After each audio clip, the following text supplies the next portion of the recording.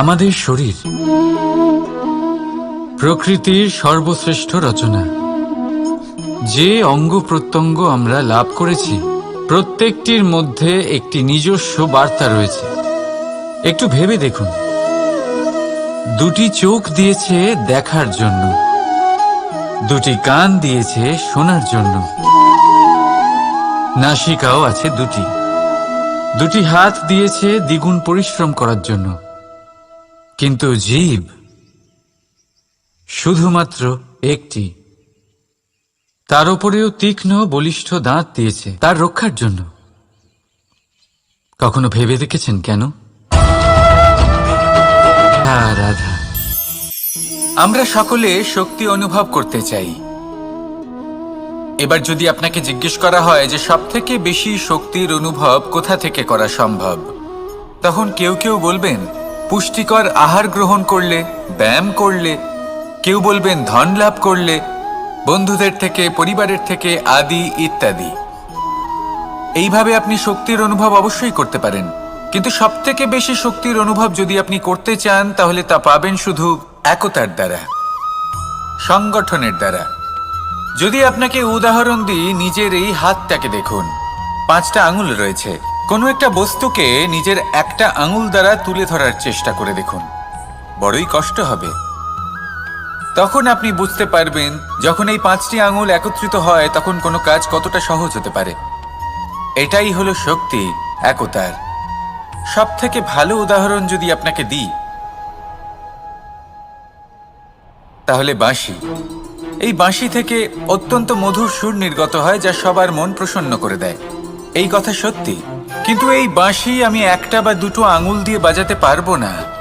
আমাকে প্রত্যেকটা আঙুল ব্যবহার করতেই হবে, তবেই এর থেকে মধুর সুর নির্গত হবে যা সকলকে প্রসন্ন করবে, ঠিক কিনা? ঠিক এইভাবেই যদি আপনি চান যে আপনার জীবনরূপী বাঁশি থেকেও মধুর সুর নির্গত হোক বা সবার মনকে প্রসন্ন করে তুলুক, তাহলে আপনাকেও জীবনে একতা নিয়ে আসতেই হবে। আপনি একাও কর্ম করতে পারেন, পথ চলতেও পারেন, সামনেও এগোতে পারেন, সাফল্যও লাভ করতে পারেন। কিন্তু যখন সকলে একসাথে এগোবেন, সেই পথে চলবেন, সেই কর্মই করবেন, তখন লক্ষ্যে অবশ্যই পৌঁছবেন, সাফল্য অবশ্যই লাভ করবেন। কিন্তু সেই সাফল্য এবং তার আনন্দর সংমিশ্রণটাই একটু অন্যরকম হবে। তাই জীবনে ঐক্যবদ্ধ হন, একসাথে মিলে এগোতে থাকুন, আর আমার সাথে ভালোবেসে বলুন রাধা রাধা। মানুষ ভাবেন যে ধন অর্জন করা হলো অত্যন্ত গুরুত্বপূর্ণ। তিনি আজীবন ধন অর্জন করতে থাকেন, ধন অর্জন করার চেষ্টা করতে থাকেন। সে যাই হয়ে যাক না কেন, পরিশ্রম করতে থাকেন।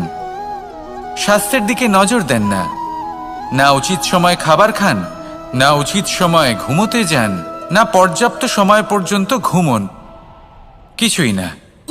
ধন অর্জন করতেই থাকেন, করতেই থাকেন। আর কিছু সময় পরে যখন তিনি অসংখ্য ধন লাভ করে ফেলেন, তখন তার সাথে ওনার শরীরে অনেক রোগ বাসা বাঁধে। এইসব রোগের উপচার করতে করতে সেই সমস্ত ধন যা উনি অর্জন করেছেন তা তিনি ব্যয় করে ফেলেন। শেষ পর্যন্ত কি হয়? আমরা যেভাবে এসেছি ঠিক সেইভাবেই ফিরে যাই, ধন এখানেই থেকে যায়। দেখুন, একটা অত্যন্ত গুরুত্বপূর্ণ কথা রয়েছে যে আপনার বোঝা উচিত। এই যে ধন, তার ব্যবহার করুন জীবনকে আরো ভালো করে তোলার জন্য।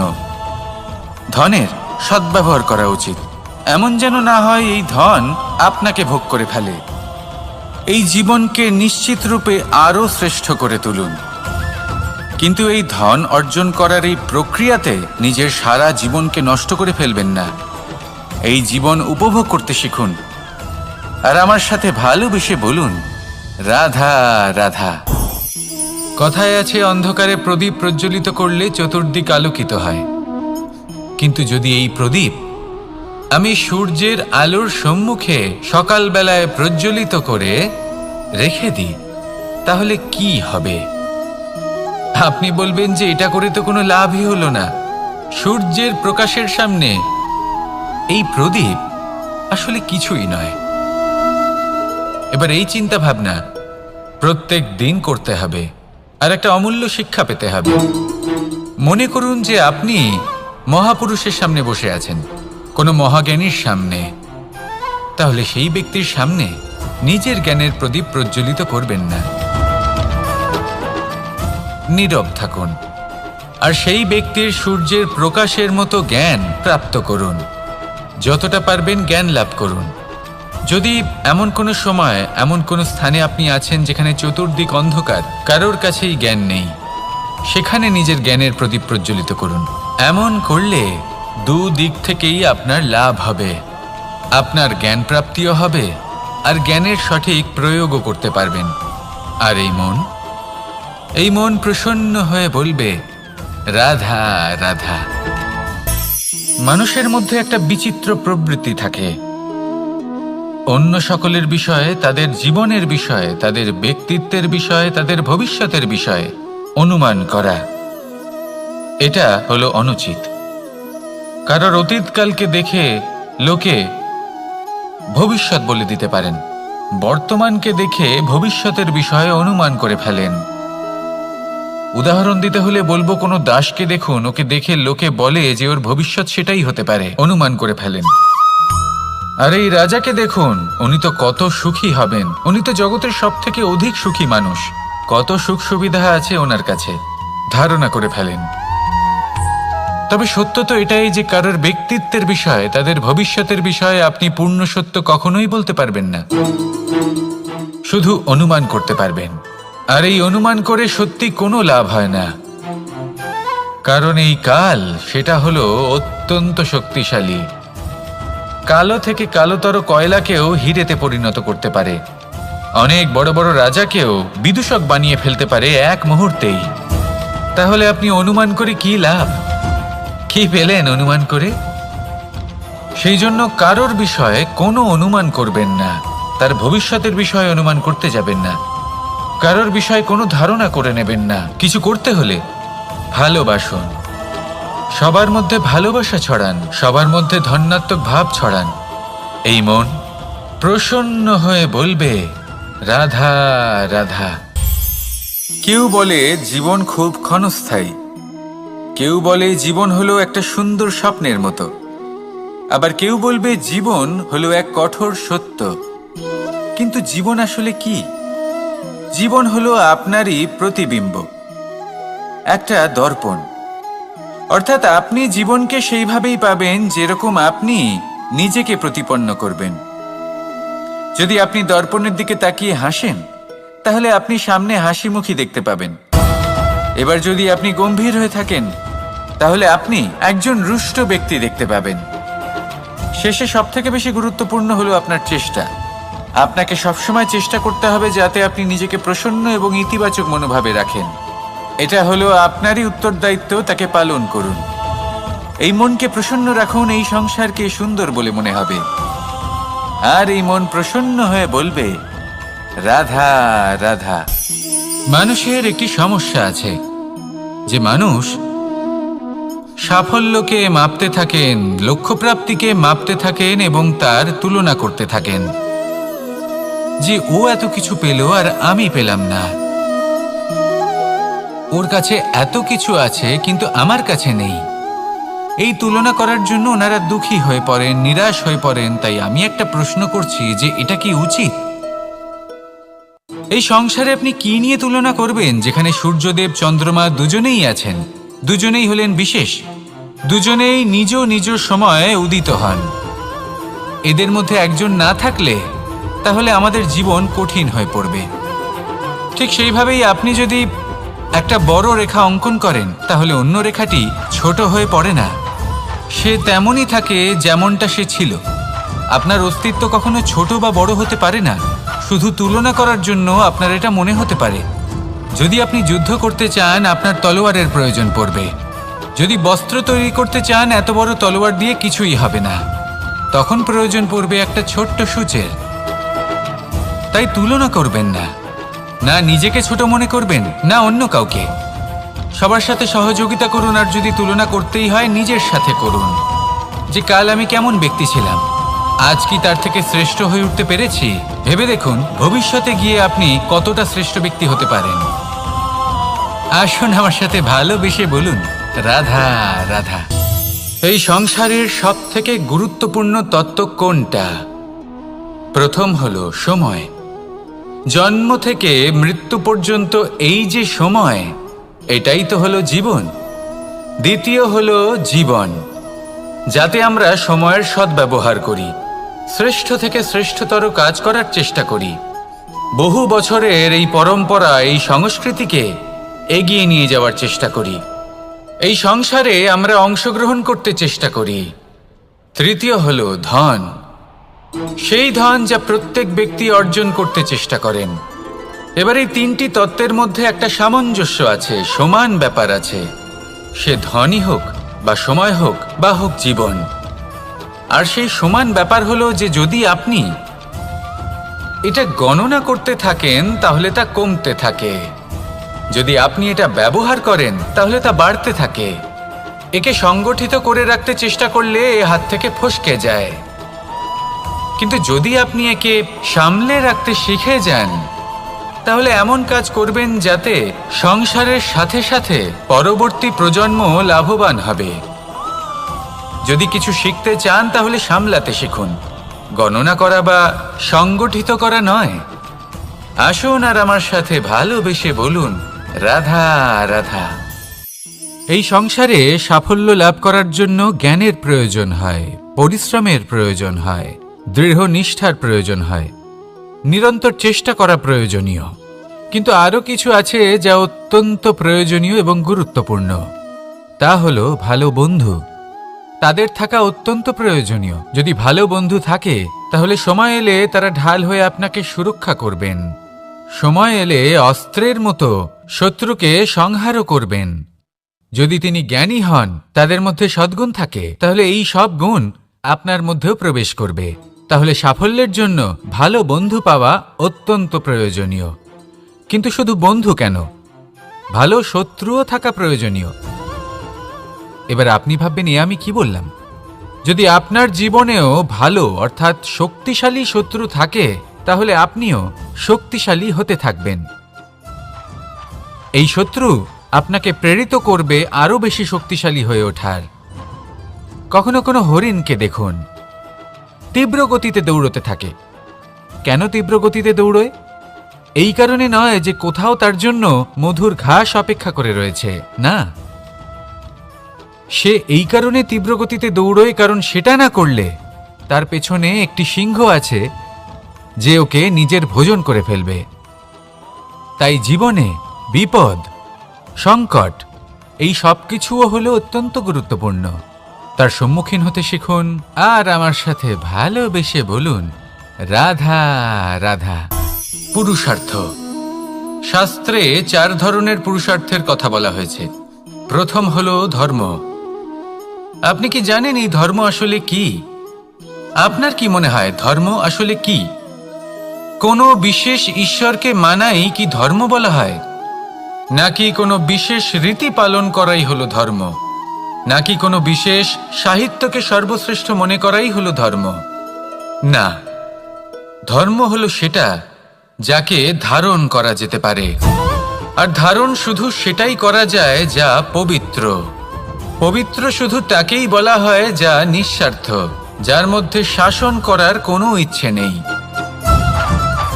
যা সরলভাবেই প্রবাহমান, জল এবং বায়ুর মতো। যখন কোনো ব্যক্তি ধর্মকে ধারণ করেন এবং সেই ধর্ম সেই ব্যক্তিকে রক্ষা করে, তখন তাকে ধর্ম বলা হয়। ধর্ম যা রক্ষা করে অহংকার থেকে, খারাপ চিন্তার হাত থেকে। সেই জন্য পুরুষার্থ গড়ে তোলার আগে, ধর্ম পালন করার আগে ধর্মের প্রকৃত অর্থ কি সেটা বুঝে নিন। এটা জেনে রাখুন যে সমস্ত ধর্মের আধার, সমস্ত ধর্মের ভিত শুধুমাত্র ভালোবাসা। আসুন আর এই ভালোবাসার সাথেই বলুন, রাধা রাধা। কখনো কোনো বাগানের কোনো বৃক্ষকে দেখেছেন যেখানে সুগন্ধি ফুল থাকে, রসালো ফল থাকে?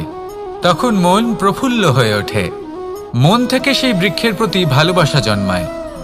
কিন্তু যিনি বাগানের মালিক, শুধুমাত্র তিনিই জানেন যে কিভাবে এই বৃক্ষকে আগলে রাখতে হয়, কিভাবে তার পরিচর্যা করলে এতে সুন্দর সুগন্ধি ফুল হবে, রসালো ফল হবে। কখনো কখনো প্রয়োজনের থেকে বেশি রোদ পেলে এই বৃক্ষগুলি শুকিয়ে যায়, প্রয়োজনের থেকে কম রোদ পেলেও এই বৃক্ষ কিন্তু শুকিয়ে যায়। প্রয়োজনের থেকে কম জল যদি পায় এই বৃক্ষ শুকিয়ে যেতে পারে, প্রয়োজনের থেকে অতিরিক্ত জল যদি পায় তখনও এই বৃক্ষের শিকড়গুলি নষ্ট হয়ে যেতে পারে। এবার এটাই কিন্তু আমাদের সংসারের সাথেও হয়। আমাদের সংসারের সকল প্রতিভাশালী ব্যক্তি, যেমন লেখক, বিচারক, প্রবক্তা, যোদ্ধা, এদের সবার ক্ষেত্রে এই কথাটাই প্রযোজ্য। যদি বেশি প্রশংসা করা হয় তাহলেও এরা হারিয়ে যাবেন। প্রয়োজনের থেকে বেশি যদি নিন্দা করা হয় তখনও তারা নত হয়ে পড়বেন। তাহলে আজ আমি এদের রক্ষা করুন কাহিনী শোনাবো, নিজেদেরও। এটা কোনো এক মনে রাখবেন একটা দুজন বোন জাতাকলে গম পেশাই জেনে রাখুন কখন কোন নিন্দায় আপনি লজ্জিত হবেন ছিলেন। তিনি সময় সময় সেখান থেকে ছোট ছোট দানা তুলে নিজের মধ্যে বিষয়টা জাগ্রত করবেন করছিলেন। এবার দেখতে দেখতে গম পেশাই সমাপ্ত হয়ে বলবে, এবার পেশাই করা গম নিয়ে সেই দুজন বোন বাড়ি ফিরে আসছিলেন এবং তাদের ফেরার পথে হঠাৎ করে কোথাও থেকে একটি বাছুর চলে এলো। এই দুই বোন ভয়ভীত হয়ে গেলেন আর তাদের হাত থেকে সেই আটা পড়ে গেল, মাটিতে মিশে গেল।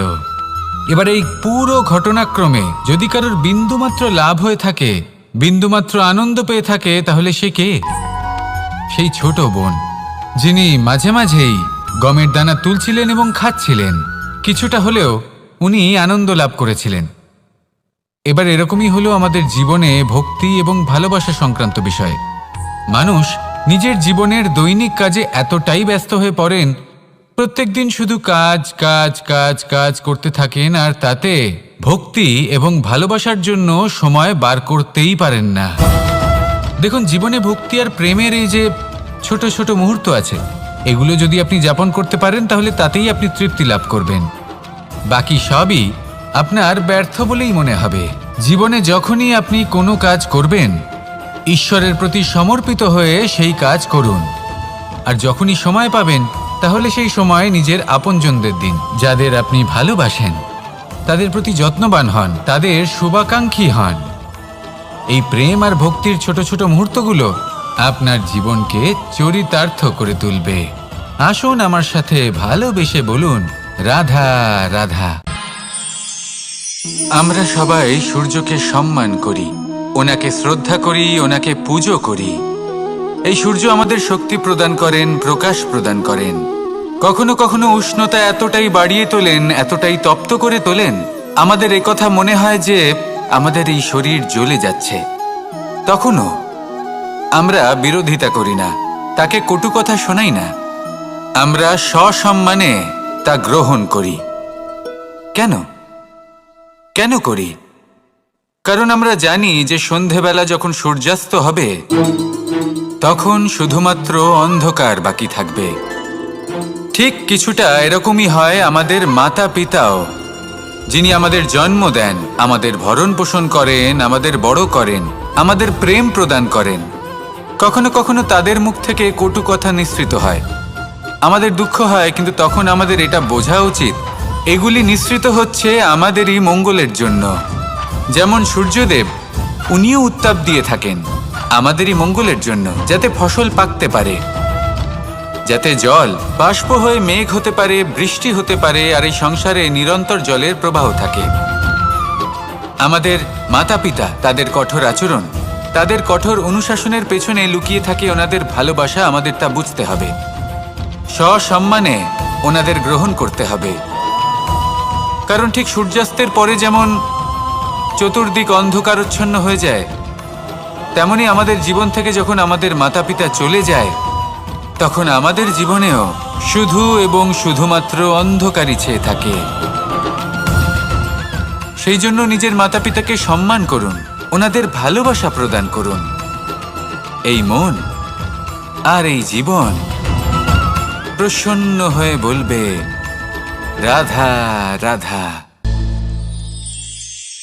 শিশিরের বিন্দু পাতার ওপর পড়ে আর তার গায়ে লেগে থাকে। পাতা তাকে শুষে নিতে পারে না আর শেষ পর্যন্ত সে ঝরে পড়ে যায়। অন্যদিকে রয়েছে মেঘ এবং চাতক, এদের মধ্যে অনেক দূরত্ব থাকে। মেঘ থাকে আকাশে আর চাতক থাকে ধরিত্রীতে। কিন্তু যখন এই মেঘ থেকে বৃষ্টি ঝরে পড়ে, এই চাতক কিন্তু সেই জলই পান করে, নয়তো সে তৃষ্ণার্ত থেকে যায়। এবার অন্যদিকে দেখলাম শিশির বিন্দু আর পাতার এই সম্পর্ক। এরা খুব কাছাকাছি থাকে, ঘনিষ্ঠও থাকে। অন্যদিকে রয়েছে মেঘ এবং চাতকের সম্পর্ক, যাদের মধ্যে অনেক দূরত্ব থাকা সত্ত্বেও তারা খুব ঘনিষ্ঠ, তাই না? এই সারমর্ম খুব সরল। এই নৈকট্য, এই দূরত্ব, তা আপনার সম্পর্কে প্রভাব কিছুতেই ফেলতে পারে না। এই নৈকট্য, এই দূরত্ব, এইসব হলো শুধুমাত্র মনের ব্যাপার। কখনো আপনি অনুভব করেছেন আপনি কারোর থেকে অনেক অনেক দূরে আছেন, অনেক দূরে আছেন, তাও সেই ব্যক্তির প্রতি আপনি টান অনুভব করেন। সেখানে আপনি কারোর সাথে প্রত্যেক দিন অতিবাহিত করেন, সমস্ত জীবন অতিবাহিত করেন, সব থেকে বেশি সময় তার সাথে অতিবাহিত করেন, তাও তার প্রতি সেই টান অনুভব করেন না। এই সংকেত হলো মনের দূরত্বের। তাহলে মনের এই দূরত্ব দূর করুন আর আমার সাথে ভালোবেসে বলুন, রাধা রাধা। আমাদের শরীর প্রকৃতির সর্বশ্রেষ্ঠ রচনা। যে অঙ্গ প্রত্যঙ্গ আমরা লাভ করেছি, প্রত্যেকটির মধ্যে একটি নিজস্ব বার্তা রয়েছে।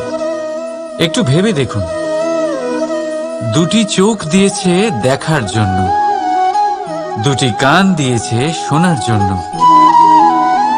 নাসিকাও আছে দুটি, দুটি হাত দিয়েছে দ্বিগুণ পরিশ্রম করার জন্য। কিন্তু জীব শুধুমাত্র একটি। তার উপরেও তীক্ষ্ণ বলিষ্ঠ দাঁত দিয়েছে তার রক্ষার জন্য। কখনো ভেবে দেখেছেন কেন?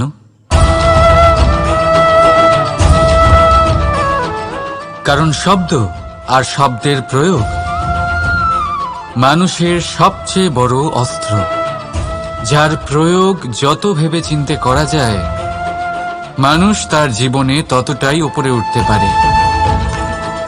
তাহলে মনে রাখুন, দেখুন, শুনুন আর বুঝুন বেশি, বলুন কম। রাধা রাধা। আমরা সকলে শক্তি অনুভব করতে চাই। এবার যদি আপনাকে জিজ্ঞেস করা হয় যে সবথেকে বেশি শক্তির অনুভব কোথা থেকে করা সম্ভব, তখন কেউ কেউ বলবেন পুষ্টিকর আহার গ্রহণ করলে, ব্যায়াম করলে, কেউ বলবেন ধন লাভ করলে, বন্ধুদের থেকে, পরিবারের থেকে, আদি ইত্যাদি। এইভাবে আপনি শক্তির অনুভব অবশ্যই করতে পারেন। কিন্তু সবথেকে বেশি শক্তির অনুভব যদি আপনি করতে চান, তাহলে তা পাবেন শুধু একতার দ্বারা, সংগঠনের দ্বারা। যদি আপনাকে উদাহরণ দিই, নিজের এই হাতটাকে দেখুন, 5টা আঙুল রয়েছে। কোনো একটা বস্তুকে নিজের একটা আঙুল দ্বারা তুলে ধরার চেষ্টা করে দেখুন, বড়ই কষ্ট হবে।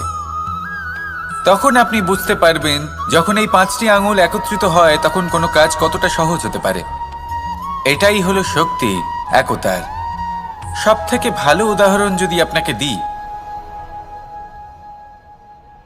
তাহলে বাঁশি। এই বাঁশি থেকে অত্যন্ত মধুর সুর নির্গত হয়, যা সবার মন প্রসন্ন করে দেয়। এই কথা সত্যি। কিন্তু এই বাঁশি আমি একটা বা দুটো আঙুল দিয়ে বাজাতে পারবো না। আমাকে প্রত্যেকটা আঙুল ব্যবহার করতেই হবে, তবেই এর থেকে মধুর সুর নির্গত হবে, যা সকলকে প্রসন্ন করবে। ঠিক কিনা? ঠিক এইভাবেই যদি আপনি চান যে আপনার জীবনরূপী বাঁশি থেকেও মধুর সুর নির্গত হোক বা সবার মনকে প্রসন্ন করে তুলুক, তাহলে আপনাকেও জীবনে একতা নিয়ে আসতেই হবে। আপনি একাও কর্ম করতে পারেন, পথ চলতেও পারেন, সামনেও এগোতে পারেন, সাফল্যও লাভ করতে পারেন। কিন্তু যখন সকলে একসাথে এগোবেন, সেই পথে চলবেন, সেই কর্মই করবেন, তখন লক্ষ্যে অবশ্যই পৌঁছবেন, সাফল্য অবশ্যই লাভ করবেন। কিন্তু সেই সাফল্য এবং তার আনন্দর সংমিশ্রণটাই একটু অন্যরকম হবে। তাই জীবনে ঐক্যবদ্ধ হন, একসাথে মিলে এগোতে থাকুন আর আমার সাথে ভালোবেসে বলুন, রাধা রাধা। মানুষ ভাবেন যে ধন অর্জন করা হলো অত্যন্ত গুরুত্বপূর্ণ। তিনি আজীবন ধন অর্জন করতে থাকেন, ধন অর্জন করার চেষ্টা করতে থাকেন। সে যাই হয়ে যাক না কেন, পরিশ্রম করতে থাকেন।